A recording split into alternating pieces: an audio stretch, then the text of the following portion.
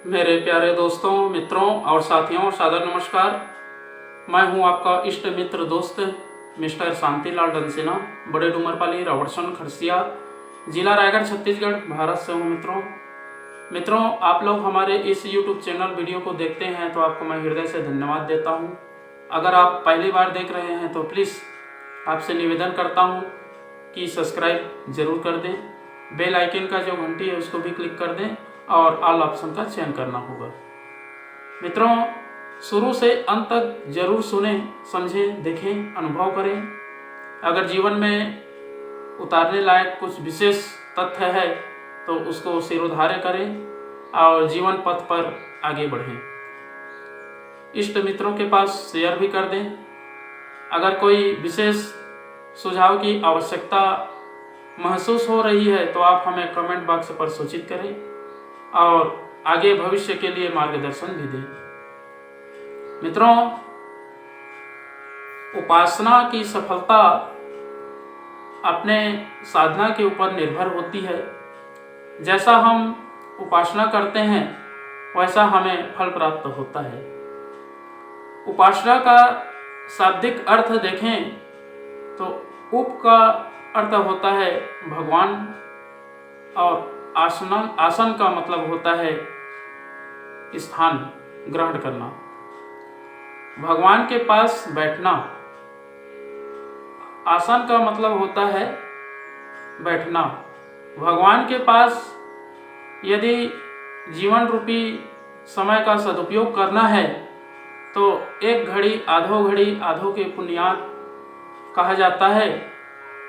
एक घड़ी आधा घड़ी भी समय मिलता है तो ईश्वर के चरणों में अपने समय रूपी जीवन को समर्पित करें और अनन्य भाव से प्रकृति पर्यावरण का लाभ लेते हुए परम लक्ष्य को भी प्राप्त करें। उपासना में सफलता तभी मिलती है जब व्यक्ति भगवान के पास बैठता है और अपनी इच्छा को भगवान को समर्पित कर देता है। मित्रों, जब तक अपनी इच्छा को परमात्मा को समर्पण नहीं करेंगे तो अपनी ही मनमानी से जीवन जो है दुष्चिंतन से, दुष्प्रवृत्तियों से भर जाता है और आने वाला जो भविष्य होता है उसका सद्विचारों से अन्वेषण नहीं हो पाता है, निर्माण नहीं हो पाता है। तो अगर उपासना को सफलता के रूप में पाना है तो साधना अटूट निष्ठा के साथ में और प्रबलता के साथ में मनोयोग पूर्वक करना पड़ती है।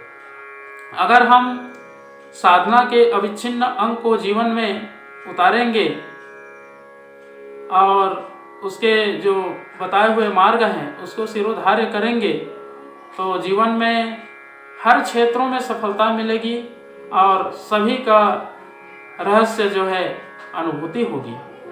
अगर हम अपने आप का संशोधन करें, परिशोधन करें, अपने आप को उज्जवल दिशा की ओर प्रेरित करें और सत्मार्ग पर चलने का प्रयास करें तो जीवन जो है आनंद से भर जाता है, जीवन में शांति प्राप्त होती है, जीवन जो है निर्भय बना रहता है। अगर हम अपनी आत्मा को कुंठित रखेंगे तो निर्भयता का भाव जो है नहीं आ पाती है। अगर निर्भाव को विशेष रूप से अपने जीवन में स्थान देना है तो अपने आप को खुद को निर्माण करना सीखना होगा। मित्रों, उपासना करके व्यक्ति जो है अपने परम लक्ष्य को भी प्राप्त करता है और सद्बुद्धि का आविर्भाव होता है, सद्ज्ञान का भी उदय होता है और श्रेष्ठ मार्ग पर चलने की प्रेरणा मिलती है। अगर हम श्रेष्ठ मार्ग पर चलेंगे तो स्वाभाविक है समाजनिष्ठ बन जाएंगे। अगर हम समाज के भलाई की उपेक्षा करके हम निकृष्ट भावों को अन्वेषण करें तो प्रगति पथ जो है अवरुद्ध हो जाएगी। और दिशा विहीन होकर के मनुष्य जो है इस संसार में भटक जाएगा।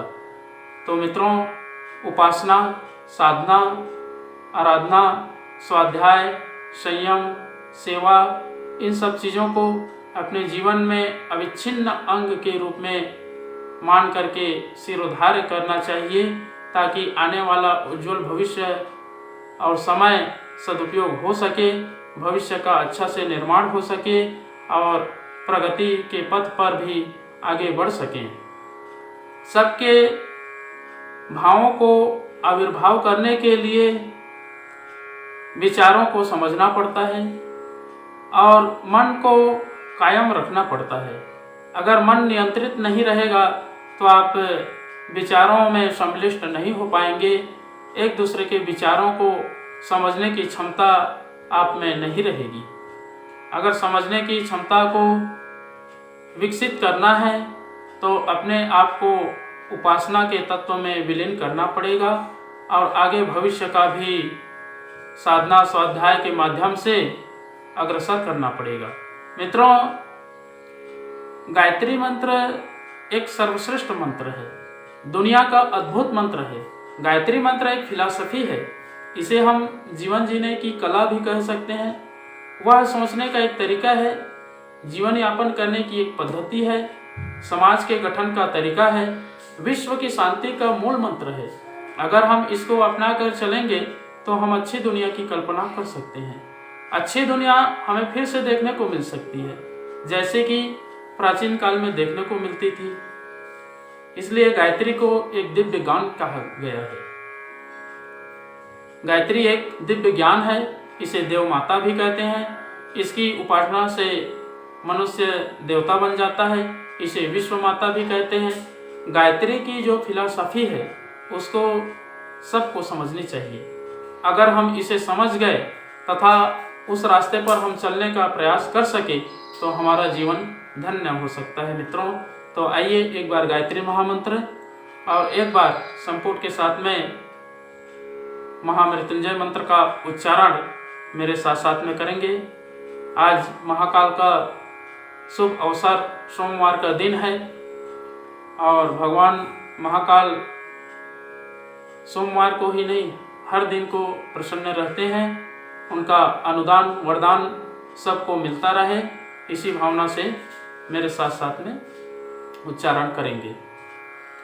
ओम भूर्भुवः स्वः तत्सवितुर्वरेण्यं भर्गो देवस्य धीमहि धियो यो नः प्रचोदयात्। उस प्राण स्वरूप, दुखनाशक, सुख स्वरूप, श्रेष्ठ, तेजस्वी, पापनाशक, देव स्वरूप परमात्मा को हम अपनी अंतरात्मा में धारण करें। वह परमात्मा हमारी बुद्धि को सतमार्ग की ओर प्रेरित करे। ओम हौम जूम सः ओम भूर्भुवस्वः ओम त्र्यंबकं यजामहे सुगंधिं पुष्टिवर्धनम् उर्वारुकमिव बन्धनान् मृत्युर्मुक्षीयमामृतात्। ओम स्वः भुवः भुः ओम सः जूम हौम ओम। मृत्युंजय महादेव त्राहि मां शरणागतं जन्म मृत्यु जरा व्याधि पीड़ितं कर्म बंधनाय। ओम असंभवं संभव कर्तुमुद्यतं प्रचंड झंझावृत्तिरोध सक्षमं युगस्य निर्माण कृते समुद्यतं परम महाकालमं नमाम्यहम्। ओम कर्पूर गौरम करुणावतारम संसार सारम भुजगेन्द्रहारम सदा वसंतम हृदयारविंदे भवम भवानी सहितं नमामि।